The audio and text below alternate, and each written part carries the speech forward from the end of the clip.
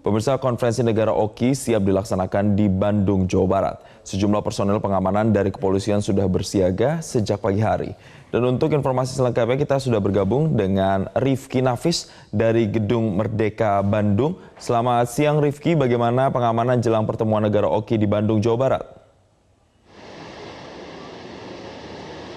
Ya, Jason dan juga pemirsa, Kota Bandung telah menyiapkan diri untuk menyambut dan juga menggelar pertemuan bagi negara-negara Islam anggota Organisasi Kerjasama Islam atau OKI yang akan digelar hari ini tanggal 24 hingga tanggal 26 mendatang. Yang mana memang forum ini merupakan forum kerjasama penguatan parlemen dari negara-negara Islam sebagai alternatif untuk berbagai isu atau pembahasan global.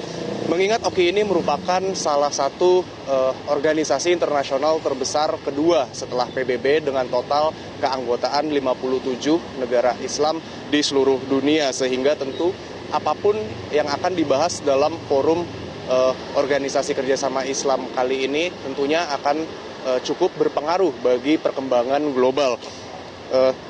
Pertemuan ini juga akan turut membahas tentang pembentukan forum majelis tinggi sedunia atau nama lainnya sebagai kesepakatan kerjasama antara negara-negara Islam di seluruh dunia. Dan dari keterangan Kapolda Jawa Barat terkait dengan pengamanannya sendiri, Kapolda Jawa Barat Irjen Pol Suntana sudah menyediakan sekitar 1.800 personil pengamanan dari Polda Jawa Barat, Polrestabes Bandung, dan juga TNI yang keseluruhannya akan dibagi di berbagai titik tempat agenda pelaksanaan konferensi internasional OKI ini, seperti di Hotel Savoy, di Gedung Merdeka, di Gedung Sate, dan juga Hotel Pullman.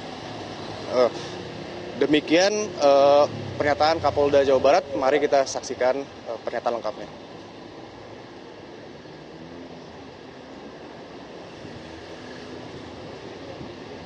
Ya, Rifki, apa saja agenda yang akan dilaksanakan dalam pertemuan nanti di Bandung, Jawa Barat? Ya, Jason, memang hari ini merupakan hari pertama, tanggal 24, konferensi internasional OKI akan dilaksanakan, dan agenda pertamanya akan digelar malam nanti di Gedung Sate dengan agenda pembukaan dan juga sambutan dari Gubernur Jawa Barat Ridwan Kamil dan juga Ketua MPR Bambang Susatyo. Dan dalam agenda nanti malam juga akan ditampilkan beragam kesenian daerah seperti angklung dan juga tarian tradisional. Dan untuk agenda di hari kedua akan dilaksanakan history walk dari Hotel Savoy menuju Gedung Merdeka, tempat saya saat ini berada. Kemudian akan dilanjutkan dengan kunjungan menuju Museum KAA di Jalan Asia Afrika. Dan untuk agenda ketiga akan dilakukan penutupan setelah sebelumnya akan dilakukan pembahasan mengenai forum dan pembentukan majelis tinggi OKI. Demikian yang dapat kami sampaikan. Sambo, kembali ke studio. Terima kasih Rifki Nafis melaporkan langsung dari Bandung, Jawa Barat, dan selamat kembali bertugas. Kita ke informasi lain, pemirsa menindaklanjuti surat edaran Kementerian Kesehatan terkait kasus gagal ginjal akut pada anak.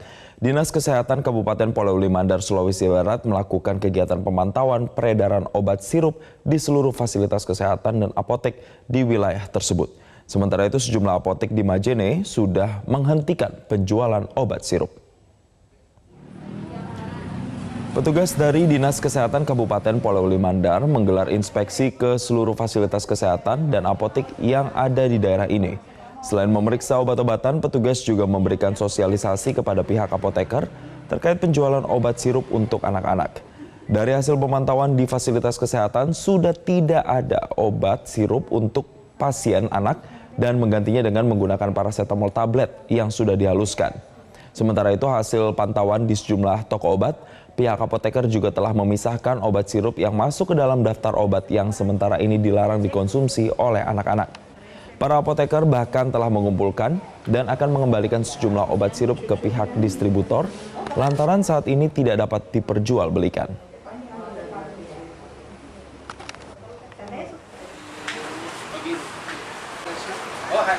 Senada dengan Polewali Mandar, sejumlah apotek di Majene juga sudah menghentikan penjualan obat sirup setelah Kementerian Kesehatan mengeluarkan kebijakan antisipatif dalam mencegah gangguan ginjal akut pada anak.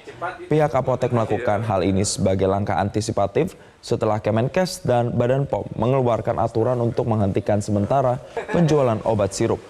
Pihak apotek menyatakan penghentian sementara ini akan berlangsung hingga Kementerian Kesehatan mengeluarkan aturan baru. Pihaknya juga terus menghimbau dan mengedukasi kepada masyarakat terkait larangan penggunaan obat sirup. Sementara itu, Dinas Kesehatan Majene juga menghimbau seluruh puskesmas untuk tidak meresepkan obat sirup dan diganti dengan tablet.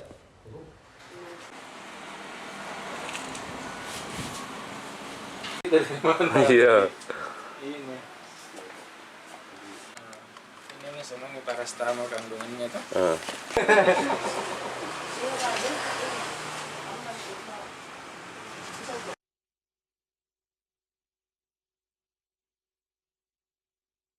Dari Hiroshima itu bom atom.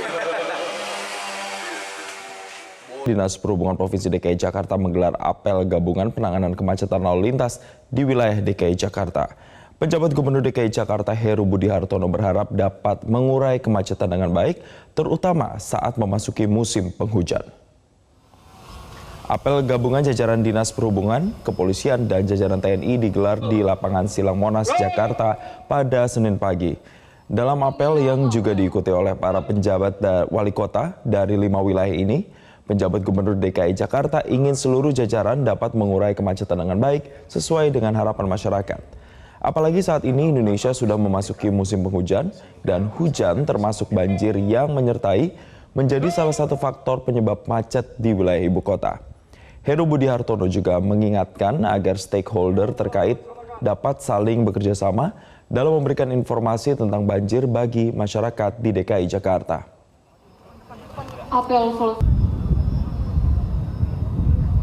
Dirlantas, Dinas Perhubungan bisa lebih awal memberikan informasi kepada masyarakat titik-titik yang rawan genangan sehingga rawan kemacetan.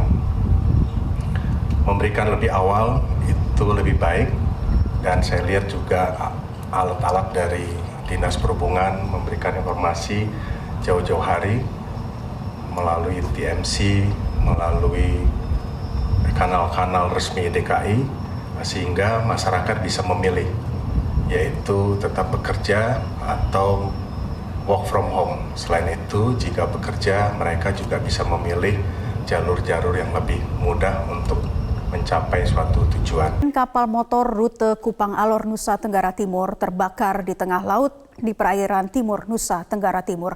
Sejumlah penumpang histeris meminta bantuan. Belum diketahui pasti jumlah penumpang yang ada di kapal tersebut. Kita lihat pemirsa, inilah video amatir yang merekam kapal terbakar di tengah laut di perairan timur NTT. Sejumlah penumpang histeris meminta tolong. Belum ada laporan korban jiwa ataupun korban luka akibat kebakaran kapal motor dengan rute Kupang Alor itu. Dalam video ini terdengar sejumlah penumpang berteriak histeris dan meminta bantuan. Para penumpang terlihat telah memakai pelampung dan terlihat juga seorang bayi di atas kapal yang sedang digendong oleh salah satu penumpang. Hingga kini belum ada rilis resmi dari pihak Basarnas, namun petugas saat ini telah bergerak ke lokasi.